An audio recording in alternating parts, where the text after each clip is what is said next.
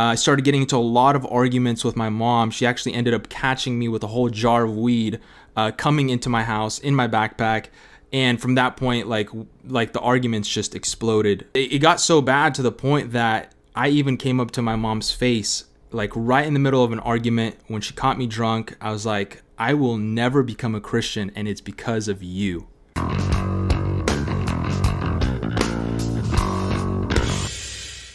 What's going on, everyone? My name is Valentin Svit, and I want to welcome you to the Dude Disciple channel if this is your first time here.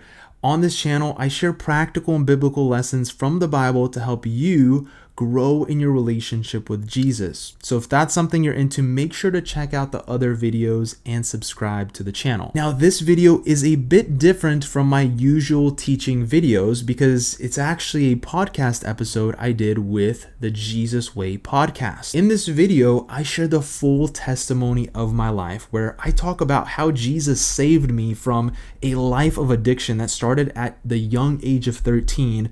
It was quickly spiraling out of control until I had an encounter with him at 18 that literally set me free overnight.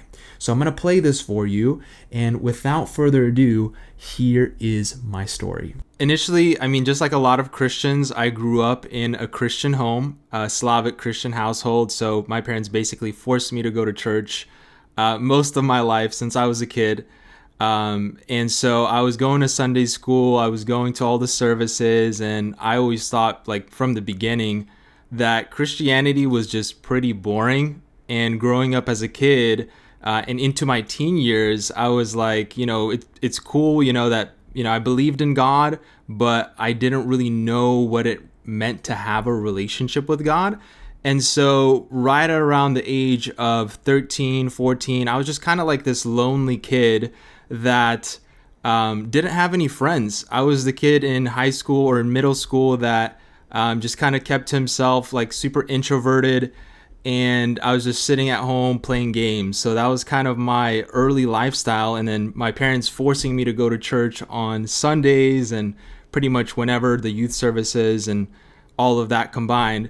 And so right at around the age of 13, I was just kind of always spending time alone, didn't have anyone. My brother, who was like the closest person to me in my life, he ended up just kind of going into the world as well and just hanging out with a bunch of his friends who were a very bad influence on his life. And he started drinking, he started smoking. He's about 2 years older than me, so we're kind of close to the same age. But right at that time, he started coming home and he was telling me all these stories of, like, how him and his friends are chilling, having a good time. And I'm over here just sitting at home, just this lonely kid. And I'm like, yo, I want to do that too. Like, that sounds like a good time. Eventually, he started bringing me along with his friends. And right around the age of 13, I started smoking weed for the first time. I started drinking alcohol for the first time. And little by little, it was like, it took about like a year or two, but eventually it became a habit for me, an addiction really, to where I ended up going out, found my own group of friends, and we'd always be hanging out, smoking weed. That was like my drug of choice. 14 years old, 15 years old, started going to parties, started trying other drugs here and there, and also just going down a really, like, bad path. A lot of my friends, I don't share this with everyone, but we ended up even, like, going into stores, stealing liquor from stores, like things like that at the age of 14, 15. Like, we were just some crazy kids.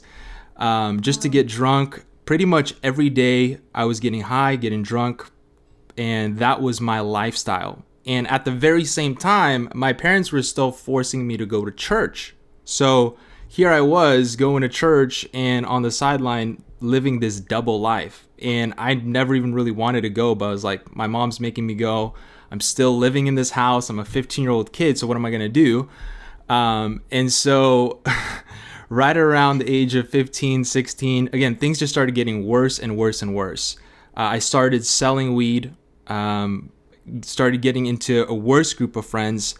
And right at around 17 years old, 16 years old, that was kind of like my peak point where things were not going well. I started trying other drugs. And I remember this one time when I was just with a group of my friends outside my house, and we were all just smoking weed together. We were behind my backyard. We had this creek back there, and I see one of my mom's friends walking by in the apartments right in front of me, and she sees me with my friends, and we're just like smoking weed. So I knew, I'm like, I got to get up, I got to go. And at that point, I just kind of started getting all my stuff, leaving, and right as I'm packing up all my stuff, my mom looks over the fence because obviously her friend calls her, and she's like, "You need to come over here right now." And I'm like, "No way." And I had a backpack full of liquor, hookah, weed, everything, you name it. And I was like, there's no way I am going to my mom right now. And so I start walking away. My mom starts hopping the fence and starts chasing after me. And she starts running. Me being the younger kid, I outrun her. I run to the park. And I remember this so clearly. I was just sitting at the park right after that happened. My friends left. They got scared, obviously. They ran away. And I outran my mom, and I'm just sitting there, and I'm so angry. And I'm just so angry at God, because my mom was a Christian. She was a believer, and she'd always tell me, she's like, "I don't want you doing these things," always telling me that she didn't want me living that life. And I could totally understand. But I was sitting there at that park, and I looked up at the heaven, and I said, "You know, God, if you're anything like the Christians in my life, I will never serve you." And I just said that to God. I was like, "I will never serve you if you're anything like these people." Because it wasn't just my mom. I saw a lot of like bad examples of what Christianity was like. And that's what I thought it was. I thought it was just following the rules all the time, living this boring lifestyle, that this is what it means to be a Christian. And I always had this mentality, knowing that God was real, that I'll just wait until I have fun and live my party lifestyle.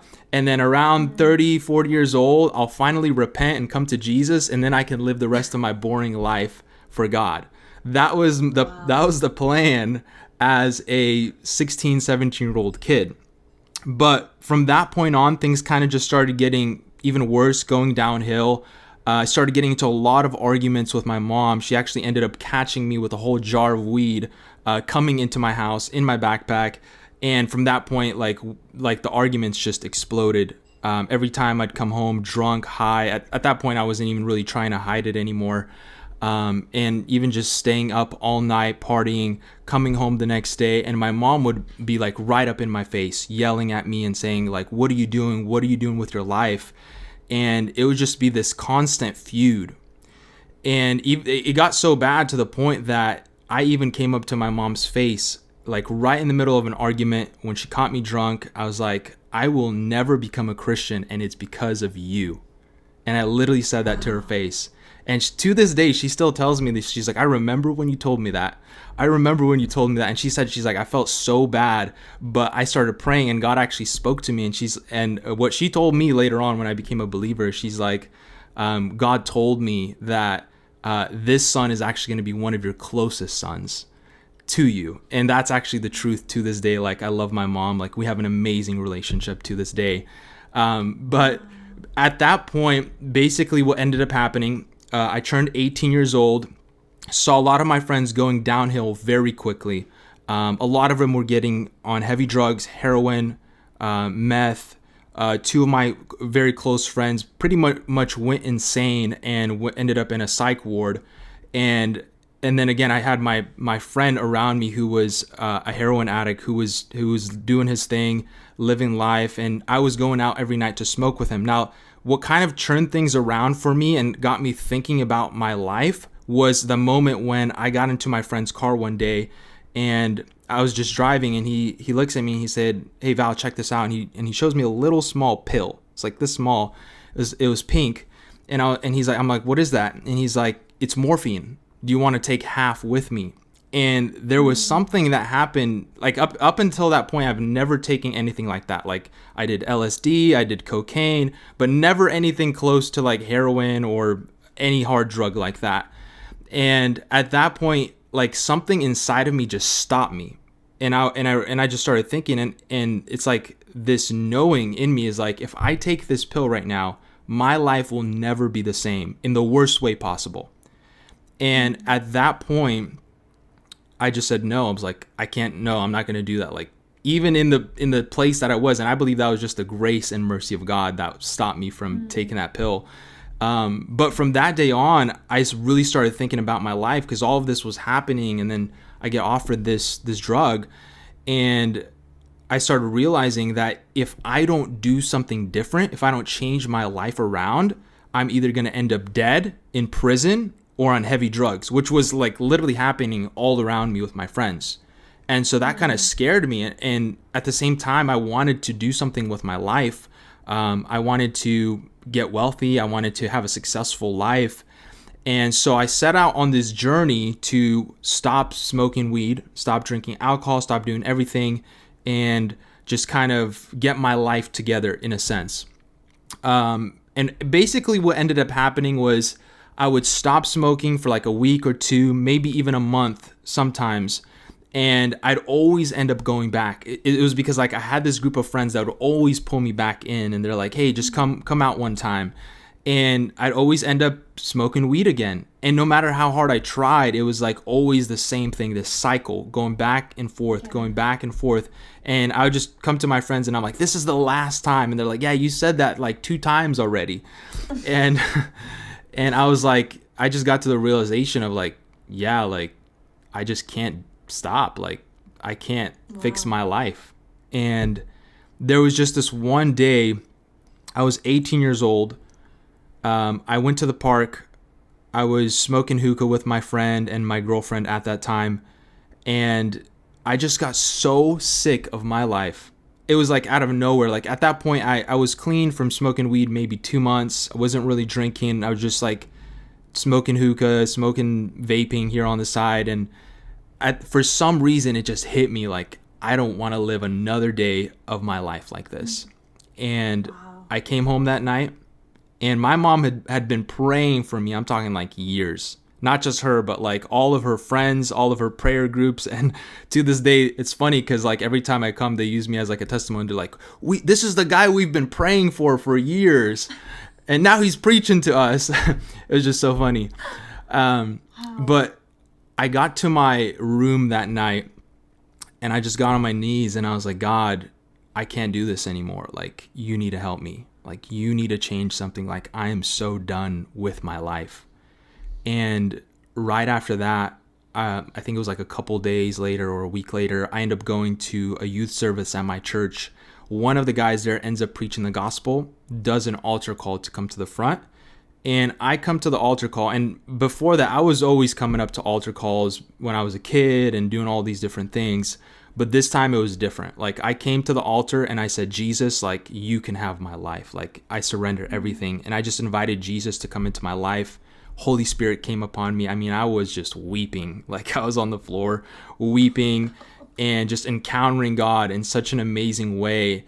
And I walked over to the bathroom and I'm like just sobbing, tears, everything. And just looking at myself in the mirror, I knew I was like, my life is never going to be the same. Like, this is it. Like, this is the change that I've been looking for. And literally that night, like God set me free of drugs, alcohol, pornography. Like it happened for me, like pretty much overnight. Like who the Son sets free is free indeed. Like that's a testimony of my life. Like it happened pretty much instantly. Amen. And after that, like, yeah, like sure, there was still desires here or there, but like Jesus actually set me free from those things. And there was just like this change in my life that I ended up coming back home and, just started going to the youth services, started praying again, started reading the Bible. And that first week, that first month was really just tough for me because the enemy was still trying to tempt me. I literally had my friends coming to my front door offering me like whole bags of weed just to come and hang out with him. And I was like, no way, I can't do it. Like the enemy was so slick in trying to get me back in, but God like kept me. Yeah. And I remember when I got saved, I didn't really still know what it meant to have a relationship with God. No one was really like, at that time around me, at least, no one was really talking about like what it meant to have a relationship with God. Like this wasn't what was being preached at every single sermon at church. Like we hear about it now all the time, right? For me, that wasn't even like something that I fully grasped in a sense. I just thought you just go to church, you read the Bible, and you pray, and you're a Christian. Like, that's the life. So that's what I did. And in a sense, like, I had a sense of fulfillment. Like, the Lord was there. I knew he was in my life.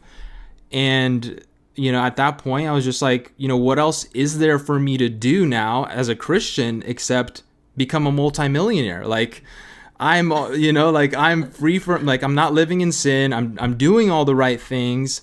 I'm praying. I go to youth. Like, I just have to become successful now. Like, that's the thing for me to do.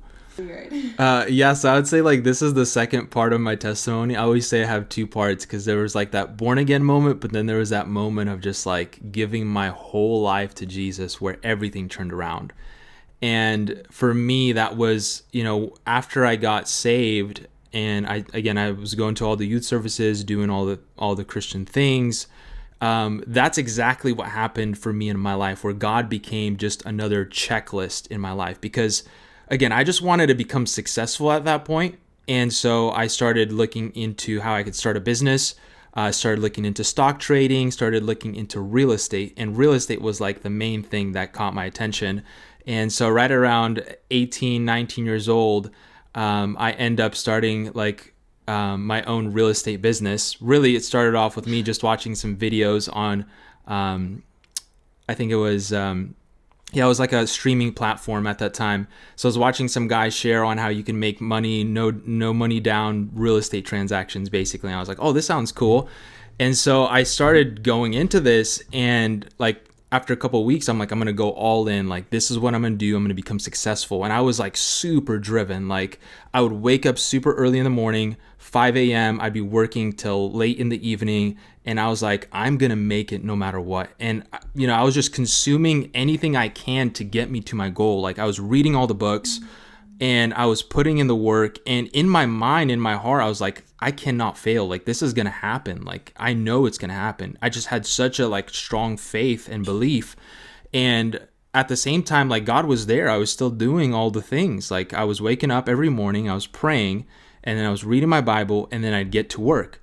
But after some time, what ended up happening was that this just became a routine in my life. I just did those things as a way of just doing it to get started on what I really wanted to do, which was make money.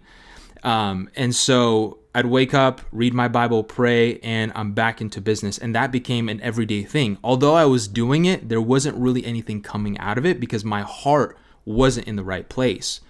And after a couple of months of me in this real estate business, I end up closing my first transaction, make more money than I've ever made as a kid. And I'm like, I'm going all in all the way. And I end up just like doubling down on everything, open up my own company, like officially get the LLC going, get my own office, all these different things. And I'm like, this is what I'm going to do with my life. Like, this is the purpose that God has placed in my life to do. And so I start just going off on this whole real estate thing. And again, God was just kind of in the background at that point. So what ended up happening was I ended up closing another transaction. And then there was a pause in my life where I wasn't closing any deals. Like, this was 6 months, 7 months, 8 months down the line. I was working harder than any of my other like friends that were in real estate. I was doing marketing things that like people were just normally not doing around me. And my friends were all closing deals. I was connecting with different investors, different people that were also in real estate. They were all closing transactions, but I wasn't closing anything. Like, all the things that I had were just stuck in the pipeline, and like nothing was moving. And it bothered me so much because I'm like putting in all this work and nothing is happening. Especially like since the first couple of weeks, it just happened so quickly for me. And I actually believe it was the Lord. Like, the Lord straight up blessed me with those first transactions. And yeah. I only realized that till later on. But the moment like he put everything on pause is like when I started getting like just slowing down on everything. I mean, everything started to slow down. My business, like, I wasn't making any money. And about, I think 8 months, 9 months, 10 months down the line is when I was just kind of sitting there in my room, and I was like, something's not right. Again, like, I'm doing all the right things, but there's no blessing in what I'm doing. Like, there's really no blessing. Like, I should be closing deals, but I'm not. And more than that, like I was sitting there and I just felt so empty inside because I knew in my heart, like God wasn't, like I wasn't close in my relationship with God anymore. You know, he was just another thing that I did. And I wasn't even like reading the Bible as much anymore. Wasn't really praying like I was before because this whole concept of becoming a multimillionaire just consumed me. And so at that point I was sitting there, I was like, what's the point of all of this? Like, what am I going to do? Even if I do reach my goals, like this is like, I feel so empty inside. And I knew like I just had to get close in my relationship with God. Like God was just drawing me, like he was tugging on my heart. And I was like, I need to make a change. And up until this point, like my mom would be inviting me to all these prayers. Cause again, I was a Christian at that time. I was going to church, but I wasn't really fully committed. I wasn't really there. And my mom would be inviting me to come to these house prayers all the time where her friends would gather. It was just like a small group of them. She'd be like, come pray with us. And they'd be on Friday nights. And I would never come because Friday nights were like some of my busiest nights to go out and put up business signs so I can get more deals for my business. So I was like, nope, I can't. I'm working. This is my night to work. So that night I was, or I think it was that day or the day before, I was like, okay, this time, like, I'm going to actually go. Like, my mom invited me to come to the prayer. I was like, okay, I'll go this time. I end up coming to this prayer, and it was like 5 people in a room, like older grandma, a couple, and then me, like this kid, just in that room. And it was like the most traditional Slavic Pentecostal prayer you can imagine. Everyone's praying in tongues, like it's super loud. Like that was like how I grew up. And I come in this room and the presence of God is just so powerful. Like I instantly just start encountering the Lord. When they started praying, I was like, wow, like God is here. And within just like a couple of minutes, or within like the first like half hour, one of the ladies comes up over to me and she starts prophesying over me. And up until this point, I don't really remember receiving any other prophecies from people like directly. And so this was kind of like the first prophetic word that at least I could remember very clearly.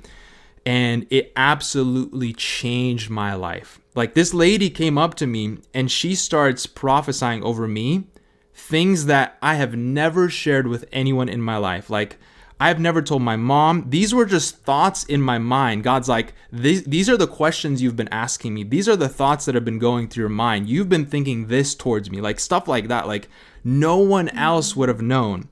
And God just began to speak to me so clearly, so detailed that I was like, only someone that could have known me my entire life would know this. Mm-hmm. There's no one else. And I knew it was God without a doubt. I was like, there's no way like anyone else could have known that.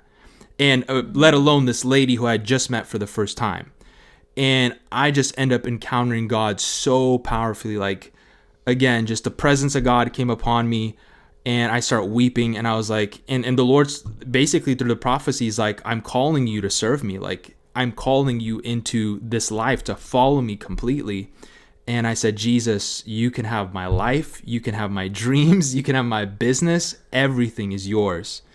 And from that moment on, like everything just changed 180 degrees. Like that was when I was 19. And from that point on, I've never looked back. I'm 26. So it's been about 7 years since I had that encounter with God. And it's just been absolutely amazing. Basically what happened after that, just to give you like a quick rundown, ended up going to Bible school, ended up really getting to know what it's like to have a relationship with God, and then stepping into the ministry that I'm a part of now. So that was the biggest part of my life.